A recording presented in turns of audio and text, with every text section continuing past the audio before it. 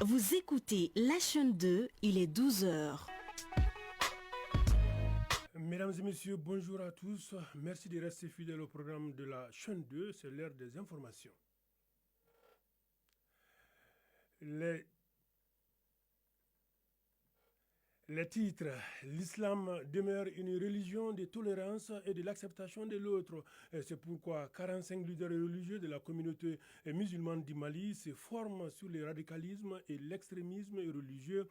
Eh bien, Sabine Keïta nous édifiera davantage dans ce journal. L'hivernage s'installe petit à petit au Mali et à Bamako. Les curages de caniveaux se poursuivent en communes 1 et 2 et pour prévenir les risques d'inondation. Salmata Konaté a fait un tour dans ces communes. Son reportage dans cette édition. Aujourd'hui, Mariam Samake nous développera l'actualité internationale et elle est déjà bien en place. Mariam, bonjour. Bonjour Dante. Alors, le tour d'horizon nous amène où aujourd'hui ? Nous serons en RDC pour parler de la condamnation de l'ancien Premier ministre, puis au Japon, où le ministre de l'Agriculture a rendu sa démission suite à des propos tenus. On parlera également de la levée de sanctions de l'Union européenne contre la Syrie et on termine par une forte inondation en Australie. Merci. Et tout à l'heure, donc, vous avez au microphone pour la présentation Mamoutou Danti. Les experts dans le domaine du développement des pays membres de l'AES sont réunis à Bamako pour plancher sur l'opérationnalisation des actions prioritaires du pilier de développement. Cette rencontre placée sous le signe de la coopération régionale est également marquée par des décisions décisives autour de la création d'une banque de l'AES dénommée Banque confédérale pour l'investissement et le développement BACID AES. Cette institution devrait impulser une dynamique nouvelle pour le financement du développement dans l'espace sahélien, plus précisément dans les pays de l'AES. Un atelier de renforcement des compétences des leaders religieux de la communauté musulmane du Mali se poursuit à Bamako. Cette session de 2 jours vise à outiller 45 participants sur le radicalisme et l'extrémisme et surtout l'acceptation de l'autre. C'est ce que nous confirme en tout cas Sabine Keïta. Lutter contre les conflits communautaires, la radicalisation et l'extrémisme violent et l'instauration de la paix et la réconciliation au Mali, tel est l'objectif de cette session de formation des leaders religieux de différentes tendances, une initiative conjointe du réseau Islam Population et Développement RIPOD et ses partenaires.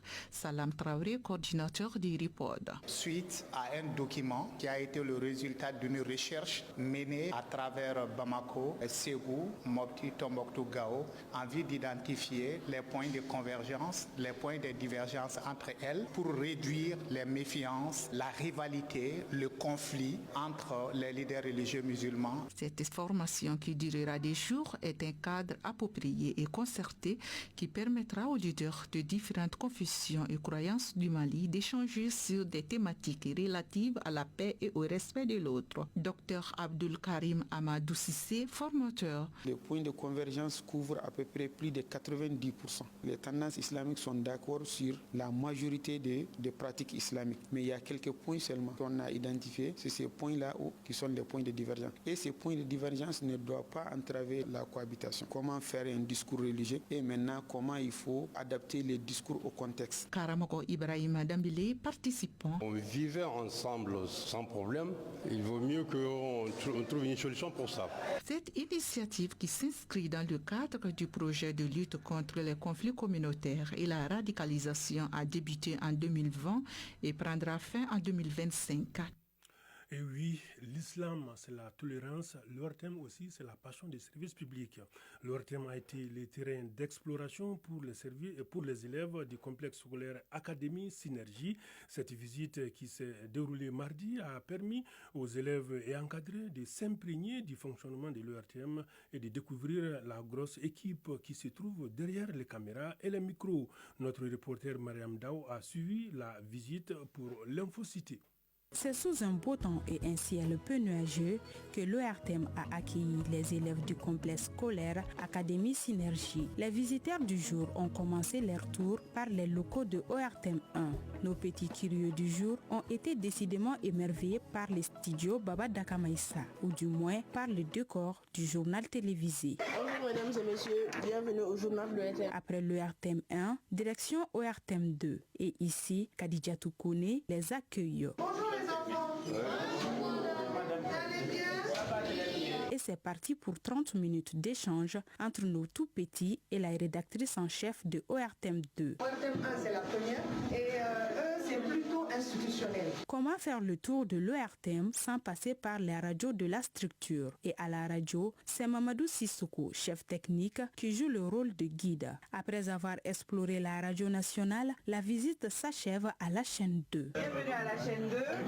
Pour Idrissa Omar Keita, directeur de l'école Académie Synergie, la visite de ORTEM n'est pas fortuite. L'ORTEM, pour tout ce qu'elle représente dans le monde audiovisuel au Mali, on le sait. Nous, on a des scolaires à qui nous voulons aider à comprendre également comment le monde professionnel évolue, comment on travaille à l'ORTEM pour éventuellement ceux qui ont des penchants pour ce métier et tous ceux qui s'exercent un peu à l'ORTEM. On est très contents parce qu'on a vu une équipe à la tâche et disponible également, très accueillante. Les élèves ont été satisfaits de cette visite. C'est là, à l'image de Gaussou Tchekourat et de Boulian Valentine Sanou. Je trouve que c'était un espace très vaste et c'était rempli des gens qui veulent travailler, qui sont là pour travailler et qui aiment le métier d'être journaliste. Je suis très heureux. Je peux dire que travailler est le seul chemin de la réussite. C'est ma première fois à l'ORTEM. J'avais jamais imaginé l'ORTEM comme ça. C'est impressionnant. En plus, j'avais pas imaginé qu'on avait besoin de tant de choses pour présenter les informations, pour donner des informations et tout. Et je suis vraiment impressionnée. J'aimerais les dire d'être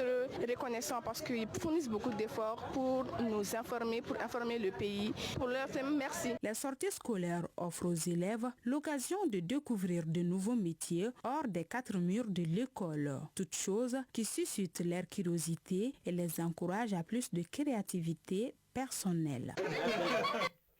Eh bien, découvrons maintenant la météorologie. Le 20 mai marque la journée mondiale de la météorologie. Et célébrée chaque année, cette journée aide le public à comprendre ce qui signifie la science de la mesure. Le thème national retenu est des mesures à tous les temps, à tous les peuples. Ce thème met également l'accent sur l'inclusivité en reconnaissance que des mesures fiables et traçables sont essentielles pour favoriser l'équité et améliorer la qualité de vie de tous. Tanavet Sangaré nous en dit plus. Ambiance ordinaire au marché Bombolisuku de Golonina en commune 2 du district de Bamako. C'est dans cette atmosphère que nous retrouvons Khalifa Keita, boucher de son état, en face de lui une cliente venue acheter de la viande. Les yeux fixés sur la balance afin de s'assurer du respect des normes de mesure par son serviteur. Cela est d'autant plus normal car c'est la journée mondiale de la météorologie. Notre boucher est bien conscient de cela. Son instrument de prédilection est la balance romaine. Elle mesure le masse par équilibre de force de gravitation. Elle a 2 anneaux de suspension. On s'en sert de l'un ou de l'autre selon les cas. Chaque boule a son rôle. Il y en a pour 2 kg, 1,5 kg. À côté de notre boucher, Issa Maïga, un boutiquier. Chez lui, on trouve un peu de tout, ce qui l'amène à utiliser au quotidien un instrument de mesure. Sa balance est mécanique. En la manipulant, il fait preuve de beaucoup de vigilance. Elle me permet de garantir l'exactitude des mesures afin que la transaction soit équitable. Mariam Koulibaly est une vendeuse de bananes. Elle utilise aussi ce qu'on appelle la balance Belson. Cette tendance est actuellement l'une des plus exaltantes. Je mets juste le produit sur la balance et elle se charge de me donner la mesure exacte. On peut dire que la météorologie est à l'ère du numérique. En effet, la technologie digitale révolutionne notre communauté en améliorant les processus et en ouvrant de nouvelles perspectives. Cependant, beaucoup de personnes trouvent que les mesures ne sont pas fiables. Awa Makalou, ménagère.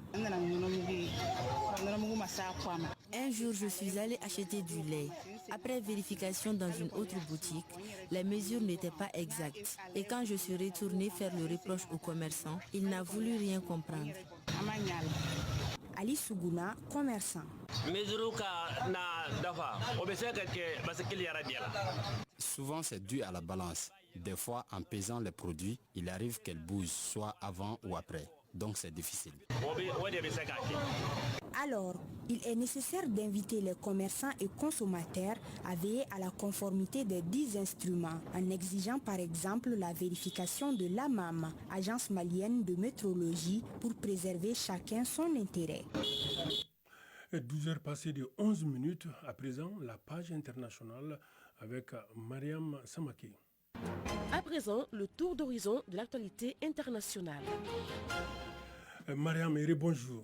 Bonjour Dante. On commence par la République démocratique du Congo où la Cour constitutionnelle a condamné hier l'ancien Premier ministre à 10 ans de travaux forcés. Cette décision intervient après qu'il ait été reconnu coupable du détournement de plus de 142 milliards de francs CFA destinés au projet agro-industriel de Bukanga-Lonzo. Il lui est reproché d'avoir validé des paiements surfacturés et des travaux non exécutés. L'opposant a été écopé de 5 ans de privation du droit de vote et d'inéligibilité, mais pas seulement. Augustin Matata Pogno fait également l'objet d'une interdiction d'accès aux fonctions publiques et para-étatiques. Au Japon, le ministre de l'Agriculture démissionne pour avoir tenu des propos jugés inappropriés par rapport à son statut.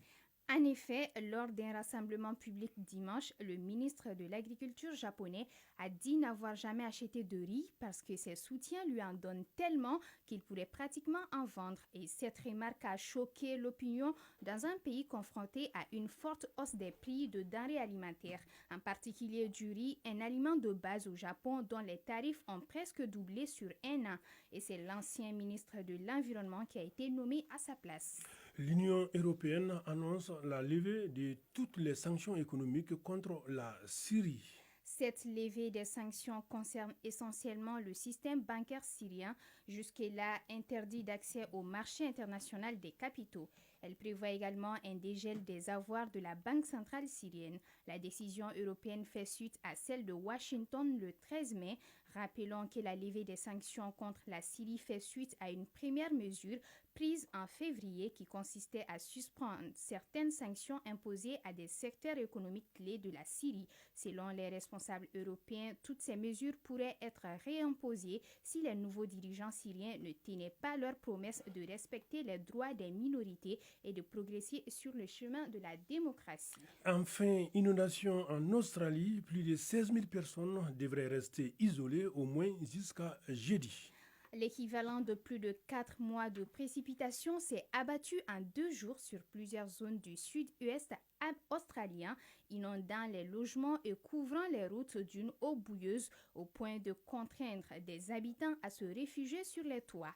À quelques 300 km au nord de Sydney, la ville de Taree préoccupe les autorités où, depuis lundi, il est tombé plus de 400 mm de pluie, soit plus de 4 fois le niveau moyen des précipitations en mois de mai. Le niveau du fleuve qui alimente Taree a dépassé hier, selon un record établi il y a presque un siècle, atteignant plus de 6 mètres.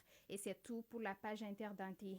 Merci Mariam Samaké pour toutes ces informations.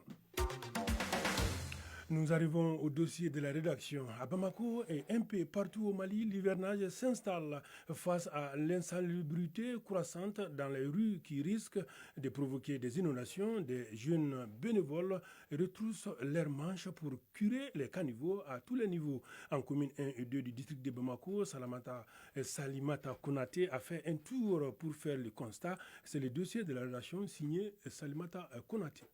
Muni de pelle, de râteaux, de brouettes, gants à la main et la mine véritablement déterminée. Ils sont une quinzaine de jeunes décidés à curer les caniveaux de leur quartier. Nous sommes à Bozola, en commune 2 du district de Bamako. Mamadou Traoré fait partie du groupe de jeunes. C'est d'ailleurs sur son initiative qu'ils ont décidé de mener cette action citoyenne au service du développement de leur quartier. On ne peut pas rester les bras croisés les caniveaux sont bouchés, l'eau ne passe pas et on tombe malade à chaque saison de pluie. Alors on s'est organisé. On nettoie chaque semaine un secteur. Cette volonté d'assainir le quartier afin de prévenir les éventuelles inondations en cas de grosses pluies est vivement saluée par les riverains. Mariam Kamara, vendeuse. Ces jeunes font du bon travail. Si chacun faisait comme eux, le quartier serait propre. La mairie seule ne peut pas tout faire. Il faut des initiatives individuelles et de façon régulière. À Korofina, même dynamique. Le groupe s'appelle Nettoyons notre ruelle. Une initiative portée par des femmes et des jeunes. Aïssata Dambélé est l'un des membres actifs de l'organisation. Chaque samedi matin, on sort en groupe. Chacun apporte ce qu'il peut, des balais, des seaux, des gants. On commence par les caniveaux, puis on ramasse les ordures. On ne peut pas tout attendre des autorités. Cependant, cette mobilisation populaire n'y va pas sans difficulté. Elle manque de tout. Les équipements, la tolérance du voisinage, des usagers de la route et le soutien des autorités communales. Oumar Kone, bénévole. On a besoin d'aide. Si la mairie nous soutenait avec du matériel, les camions pour évacuer les déchets, ce serait plus efficace. On n'est pas des professionnels, mais on est motivés.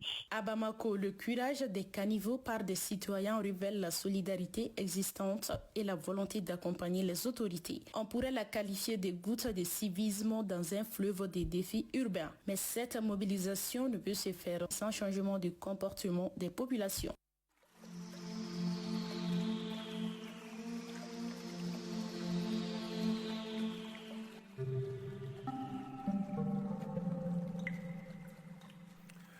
Les nouvelles du temps avant de clôturer cette édition. Le thermomètre affiche 34 degrés sur Bamako et environ. La maximale attendue sera de 37 degrés et quant au soleil, il se couchera à 18h passées de 52 minutes.